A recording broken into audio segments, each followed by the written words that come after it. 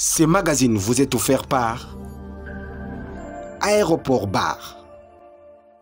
Bon week-end, Nabino Nyonso Bozali Kolanda magazine d'actualité en lingala facile plus 243 en mode rétrospective et Bandi Mbotilebile.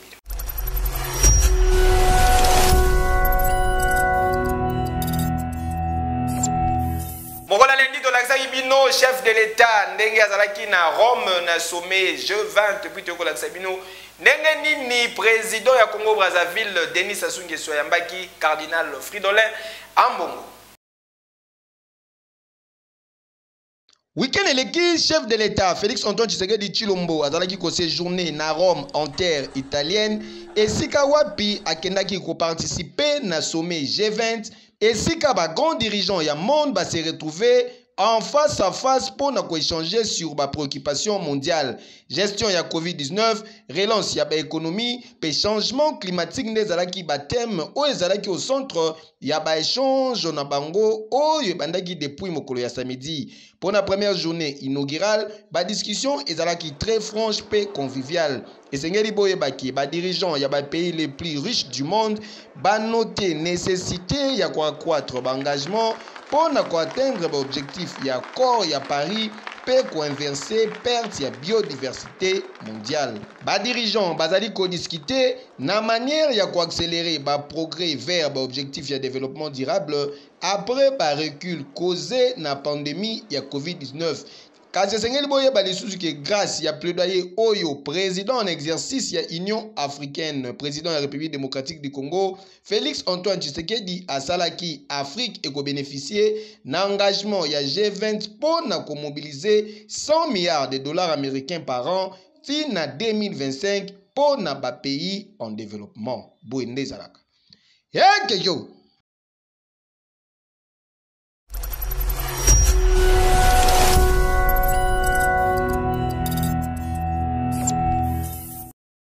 Entretien entre président de la République du Congo Brazzaville Denis Sassou Nguesso pe prélat catholique et Zalaki Kokota na cadre ya consultation permanente sur situation y église sur les deux Congos. Archevêque ya Kinshasa pe président ya Senko, cardinal Fridolin Ambongo ayaki week-end eleki ko échanger na Denis Sassou Nguesso sur ba question ya paix sociale o yozali credo pour l'église catholique. Son avis, son sage avis par rapport à ce que nous sommes en train de vivre, et j'espère que ça pourra beaucoup nous aider dans le sens de la recherche du vivre ensemble, la consolidation de la paix sociale, etc. Mais en même temps, je suis aussi archevêque de Kinshasa, je suis cardinal de la Sainte Église catholique. C'est aussi l'occasion pour moi d'échanger avec un chef d'État sur la situation de l'Église, que ce soit l'Église du côté de Congo-Kinshasa ou de ce côté-ci. Pour moi, ça fait partie un peu de ma responsabilité d'échanger et voir dans quelle mesure nous pouvons collaborer ensemble pour le grand bien de notre peuple. Na oetali paix sociale na République démocratique du Congo, son éminence cardinal a évoqué qui actualité politique oyo ezali marqué na investiture ya ba membre ya CENI à propos ya marche prévue le 6 novembre na mboka pour na ko protester contre désignation ya Denis Kadima na tête ya CENI. Cardinal Fridolin Ambongo atalisaki boye. La paix sociale pour nous c'est très important. Quelles que soient nos revendications, quelles que soient nos frustrations, nous ne devons pas perdre de vue qu'il y a une valeur fondamentale que nous devons toujours sauver, c'est la paix sociale et le vivre ensemble. Et Sengeli boye baki son éminence Fridolin Ambongo azali cardinal depuis le 5 octobre 2019. Yo. Mokola mardi de l'Axaïbino, la police district à Tchangwe Kumba Makana colonel bienvenue ndenge masalaki bouclage na commune ya Masina, plus précisément na quartier 3 de l'Axaïbino sous moto et tout aki mutu na boulevard Kimbuta na commune ya Njili. Parmi ba coin où ezalaka na insécurité makasi na partie est ya ville ya Kinshasa, Quartier 3 ya commune ya Masina ekozanga te. Yango nde sous commandement ya colonel Bienvenu, commissariat urbain ya la police ya district ya Tchangu, bakendaki pona kosala bouclage na butu ya lobi eleki tala résultat. Bakangi mutu nyonso azalaki suspect pe bayaki na bango awa. Na tongo commandant ya district ya Tchangu, le colonel Bienvenu, akitaki sur place a interrogaki moko na moko, kasi parmi bango pe ba innocent bazalaki pe bazalaki kolakisa preuve que asalaka musala na ye po ba relâcher ye sans condition. Neti ka ya mwana mobali oyo ye aza na ye agronome Yoka Lisolo. On a parti aérienne, on a parti sur le terrain. On a tout mis au cas arbre d'arbre de parti. Vous avez été agronome. Nous avons fait la plantation arbre d'arbre de parti. Magistrat, Mususu pe aza artiste comédien a sali démonstration Bolanda. On a apprécié les sirops qui les a été. Aliboson a fait la bandana colonne à Nazo Banana na hymne national. Depuis du sabbat, le bateau qui va construire camion sur comme na Chiluba. Et Zalaka moto et longwa et koma wewa. Et bando démarrer camfre. Et longwa et comment démarrer chambui. Chambui. Na pipi ya moto et longwa et comment démarrer kapinga. Kapinga. Debu congolais ça na français comme na Chiluba. Et comment yemba madebu tatouan. Hini mamuan. Hini tatouan ikazadi kadebu. Mutombo wan. Mukuna wan. Evariste bo chape. Zokande parmi ba oyo bakangaki pede moko bazalaki wana yoge lokoyo. Papa biso le bika le kono za musika obochi mo ba se la bochi ko ba de force mo na bimeli ataba na basi na bochi ba za bongote ndeye mo na voyage pesi ko mo na priska.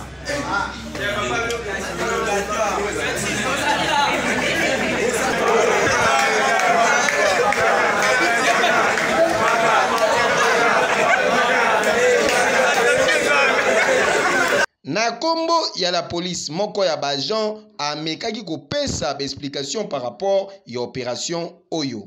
Colonel Bienvenu a sala en collaboration avec le comité de sécurité à Tchango. Moyena ba octroyer un mandat de perquisition par rapport à service à renseignement na Bissopé tant tozo joa.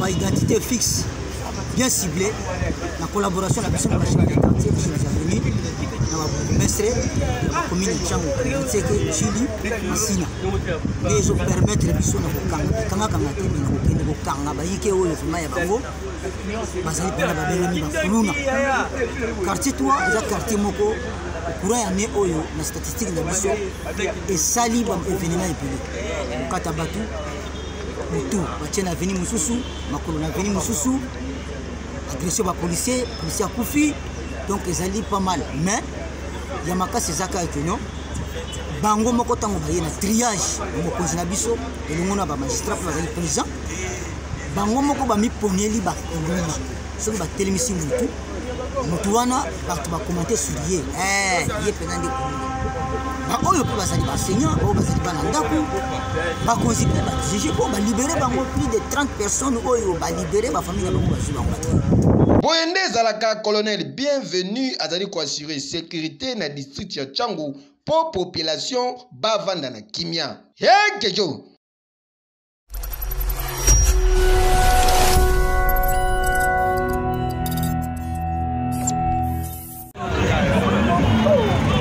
Tozali wana boulevard Kimbuta na commune ya Nchili papa oyo bomoni azali ya kolala na seboye na pota ya munene nelongi. Ezapo muto taxi moto nde atutie likolo ya excès de vitesse. Vu âge ya papa akokaki ko résister te moto ebwaki eta yo kotuta mutu na bordure ndazoki boye. Mwana moto 100 mètres afongoli papa atikali na se baye kotombola ete batie na mupanzi ndenge bozali komona boye yoka communication. Papa yoka cha prince ko tamota tibo embangu atutie bino mo bocha odonwa. Moto na bango malembe okenda otuti mutu ça na reconnaissance ozwa yo kemeta na hôpital oyo asali bongo eza bien te tuti akimi papa na bete ni mutu na bordi. Heureusement la police ekomaki wana baye komema papa d'urgence na hôpital pour kanaye et comme déjà compliqué. Kasi ezali malamu te po ba motar mususu bazalaki wana kasi ba boy kolanda moninga na bango. Mais soki ezalaki mutuka nde tuti moto, imaginez spectacle autre nge ko vivre awa na boulevard Kimbuta. Et anini Mokola mercredi de l'accès ibino incursion rebelle na Bukavu tozali bongo na province ya Sud Kivu tolakisi bino ndenge nini batumbi Susiat na quartier Kabila na commune ya Kimbantseke nani atindi babuka bandaku na village Mbenzale na commune ya Ntere. Au terme ya conseil de sécurité oyo salami na gouvernorat ya province ya Sud Kivu suite ya incursion armée ya ba combattant ya groupe CPC na butu ya mardi 2 kino mercredi 3 novembre 2021 gouverneur ya province Théo Ngwapidje atalisi boye. Face à cette attaque, nos forces de défense et de sécurité, la police nationale congolaise et les FARDC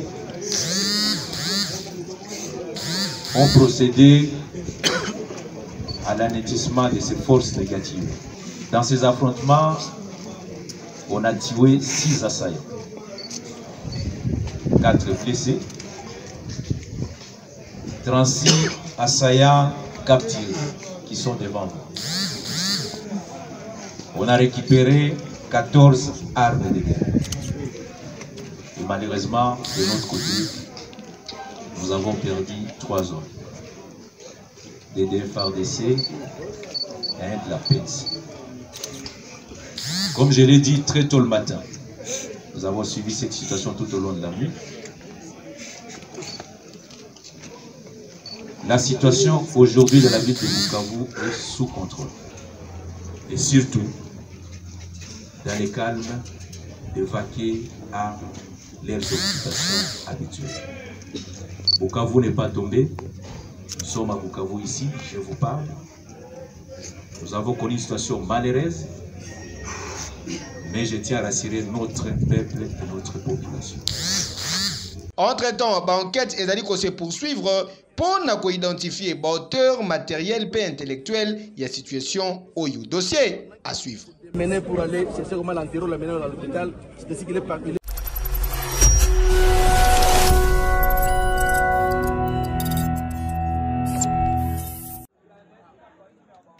Et ça l'a mis aux environs, il y a 22h30, aux Ali Awa na commune ya Kimbantseke na quartier Kabila, plus précisément na veni Ndumu moto oyo bozali komona ezali kopela boye ezali nde Susiat ya la police babuki yango batumbi yango et pas ba jeune garçon ya quartier pour selon bango ba policiers diront patrouille na bango ba betaki masasi oyo ebomaki moko kati na bango yango basiliki bayaki awa ba policier twila musi ya zaza basundola Susiat na kanda wana nde batumbi Susiat pe mituka ba moto oyo ezalaki wana yoka lisolo registre na oluba boye omoni ba policier oyo abiso awa so bana sala ronde ba otambula bakendaki so boye bakokutana ba petit mongo bakuna kuna na bar le bakutana na bar kuna babetaki masasi kobeta babeti masasi ezwi mwana mongo lero ezwi mwana wana bakamara ne siko bayolanda ba policier bayolanda ba policier bakimba yaki na koro wana se bayena koro wana siko bayolanda ba policier basa nini bapalanga bapeti wa bazongi kozonga bazongi bakozwa renfort le bayozwa renfort azwi koro babwaka pe tuke na tali koro le na ozonga siko bapeti nyonso to kuna kuna ya le bayeboye babandi bobuka moto bandi batundi kecho zalaki babuki yango parapluie na yasi wana zawa. En tout cas esengeli éclairage emonana pona likambo oyo nani abomi mutu pe abomi pona nini kejo.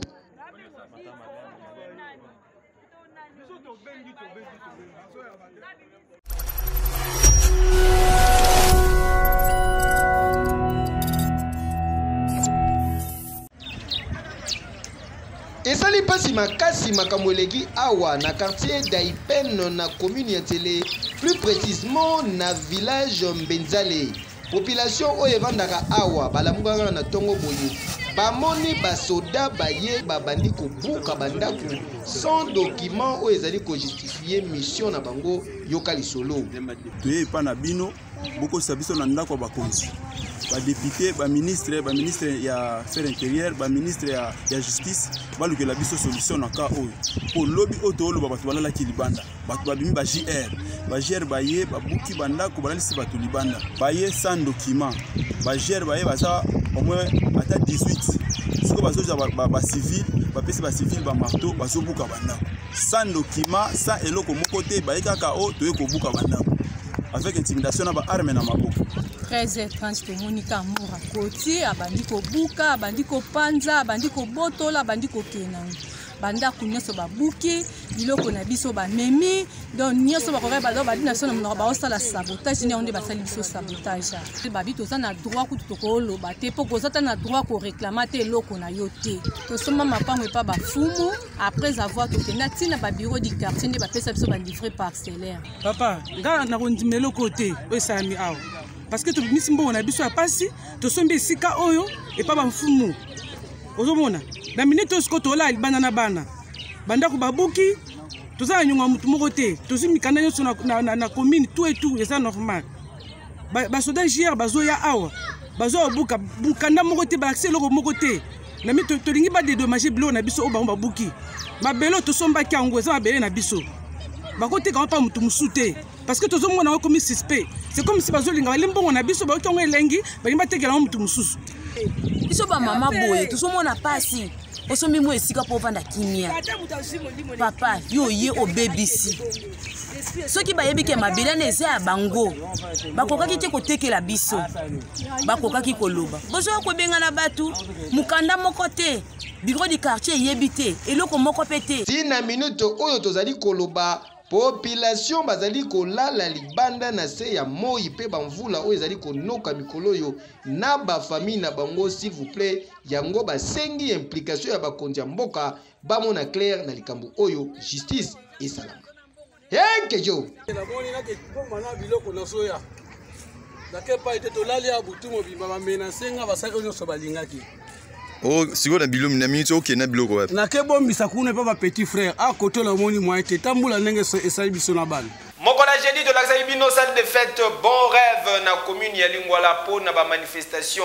Na bino nyonso érosion ezali ko menacer population ya quartier révolution tozali bongo na commune ya Kimbanseke pe bayibi mutumoto na commune ya Kintambo. Kinshasa yokelanga nanu eloko oyo yaboye nanu ezala te poto ekiti na Kinshasa groupe gérant de l'éternel bamemeli bino salle de fête bon rêve bijou ya kitoko boye cadre idéal po na ba manifestation na bino nyonso avec l'équipement de dernière génération service ya qualité assurée pe personnel qualifié po na ko servir bino ezala po na ba fête ya mariage anniversaire ba conférence manifestation politique, séminaire Koutou Jemuke, sonorisation et Kuba. Bokanisi esili, te, et bongo soki otali ba chambre de luxe, pardon, Yako Samba ezate. Na salle de fête, bon rêve, électricité eza assurée 24 heures sur 24 heures avec parking moko sécurisé. Pour la réservation, topé plus de précision, bokoki ko benga na ba numéro ezali affiché.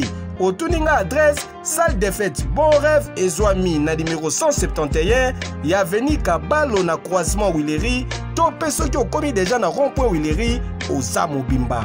Salle de fête Bon Rêve, Mbatambuta, Yamukolo ou Leki Bango. Qui du mieux?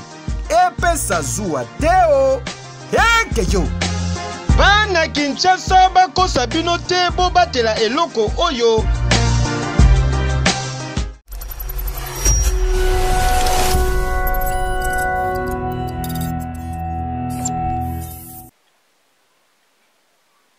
Tozalia wana commune ya Kimbantseke na quartier Révolution, plus précisément na niveau ya Kimfuta. Awa population bazali kolala malamu te, surtout ya Veni Mansala.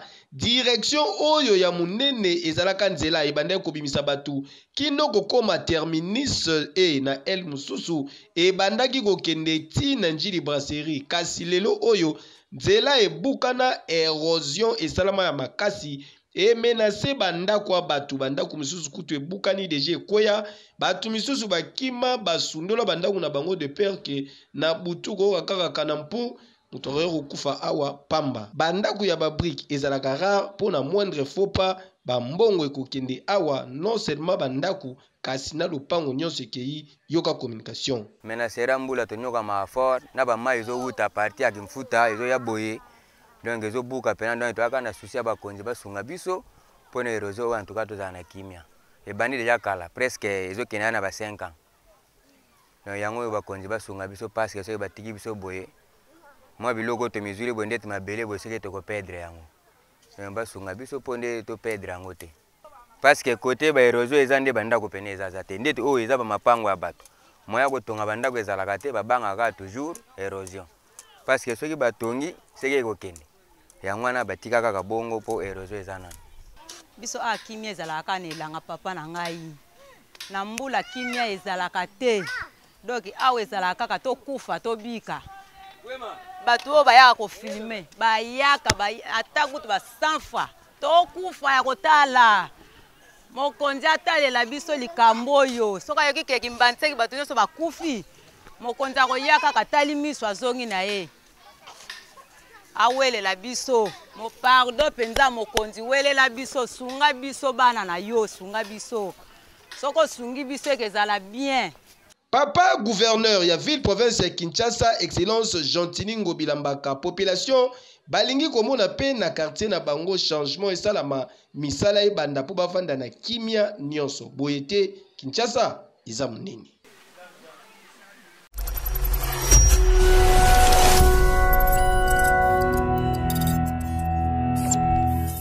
Mwana mobali oyo bomoni atebisi elongi boye po bayibi moto tozalia wana veni Lunyonzo na quartier Babylone na commune ya Kintambo azali wewa amemaki client oyo amemaki batterie ya mutuka tangu bakomi esika oyo client yebisi ye pardon kotiselanga batterie oyo na lupangu nazoyoka luboko pasi nzoka nde vusi ameka kaka kokota boye moto anapipo client kimi na moto yoka Kinshasa to événement eleki leka awa na Lunyonzo na Babylone muta moto baeskoke moto na mbali moko boya utokenda ngo yo atozo lobela na nzela kei nzamba kutana na ye makambo ya sali poska peti mo mbali opasi lokola memi moto na kena ye pasi parce que akoyoka na tena kolo moto yaka atozo lobela ye awa nzamba kutana na ye azama lamu te atako bazali kokanga bango butu moyi bakendekani ya makasese kasi bazali kaka koyoka te moto ya bato ekei imagine sikoyo suite entre wewa oyo na mokolo moto ekejo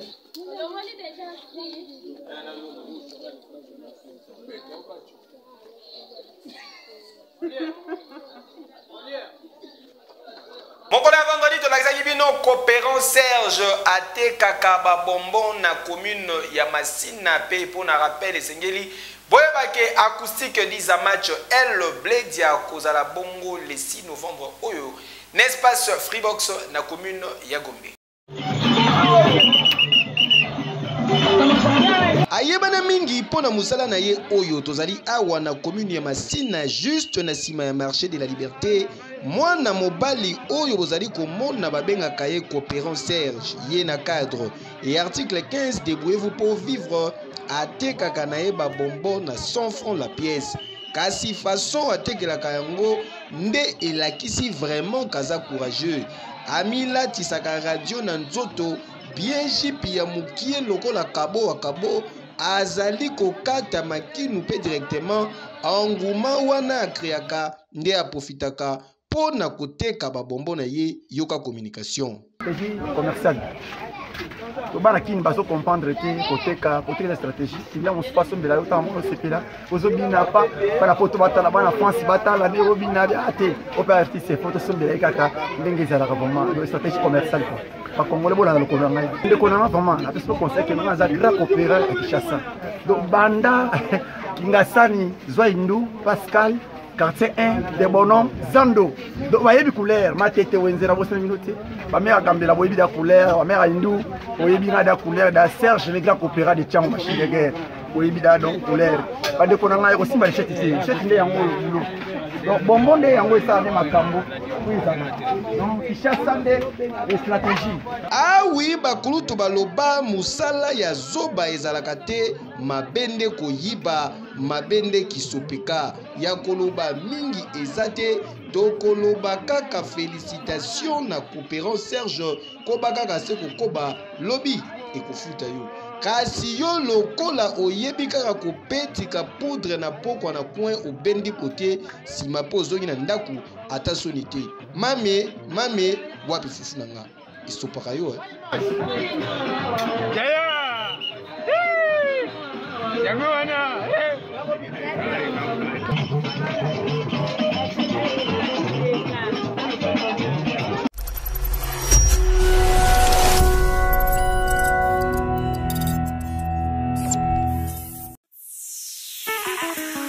Bon, Alfred Solo, yo bete guitare, ngana yemba, El Bledia, acoustique. Ah oui, bamouré, y'a bonne musique, boza déjà y'a kosepela. Pour samedi 6 novembre, où y'a kozala somo avec acoustique. Acoustique 10e match, El Bledia, l'apôtre de tous les païens, Hipman Yaba villageois. Artiste oyo azali koyemba na mongongo ya bangelou 2 fois te avec impact pédologie atie génération na ye nyonso chobo forcé po mutu aleki ye azali te alobi boya ebele na espace Freebox na commune ya Gombe Polingwa Dubai esukaka na Dubai Polingwa Turquie esukaka na Turquie eka WhatsApp. Et ta page, c'est la famille, c'est la grande famille de la musique congolaise. Ici c'est Acoustique 10e match. J'espère que vous avez compris et vous comprenez. Tozawapi. Rendez-vous, c'est samedi 6 novembre. En espace Freebox. Référence César Rond.Forescom. Venez danser, chanter avec moi Acoustique 10e match. El Blade à la porte de tous les païens. Donc rendez-vous à ne pas manquer le 6 novembre à la Freebox, dans le centre-ville. Venez écouter EP Israël avec moi, Acoustique 10e match, la porte des païens. Merci. Événement à ne pas manquer, na $10 ya pamba pe $20 pour na VIP. Boya koyoka banzembo tiré na EP Israël. Ba titre lokola Bolingo ya Dubai, Ma Destinée, Top Class, Carnival, Le Mystérieux, Pekintenda. Maître Patrick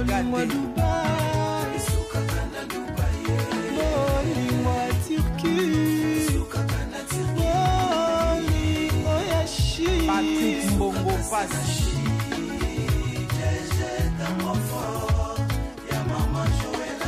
Maître Romaric Jovic Ngongo Djouma Seleman. Un seul rendez-vous samedi 6 novembre de 15h à 21h. Une seule adresse, n'espace Freebox au Ezwami na commune Yakombe. Référence Rond.Forescom Oza Mobimba Oyo Wapi. Yekeyo. Les Anglais de Yolo, c'est le Thomas, Maître Kaka Batance. Jérémy Koumoula Ousmane, Kevin Sanchola, le mystérieux Junior Malaïsa, Clovis Makuka. Tosilisa week-end na biso pona kolakisa bino couloir Kimbuta cité d'ambiance pour découvrir aéroport bar. Eyindie na Kinshasa eyinda kamabe temple de l'ambiance ya Tchango aéroport bar Kimbuta cadre idéal pour na ba divertissement na bino pe pour na ba détente kitoko na conseiller bino aéroport bar Kimbuta. Oh mais la moi kopo ya malili avec vitrine bien équipée na ba DJ professionnel mpo na komema bino na ambiance moko électrique.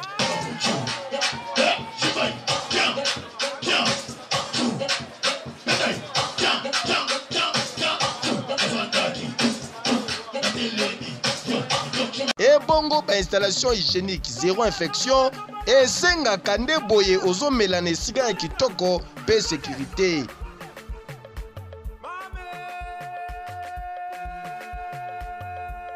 PDG Oniva charge ya Kimbuta alobi aéroport bar Kimbuta saute mouton vitesse ya TGV ba voisin ba kozwa vaccin pour troisième vague eza makasi deux fois te otie libaya tolambeli yango.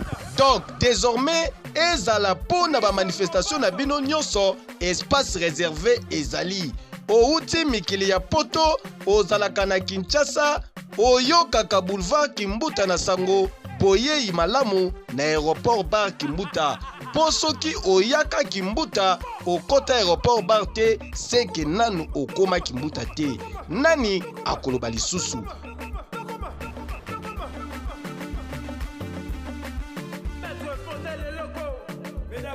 Aéroport bar Kimbuta Mbatambuta. Hey Kejo.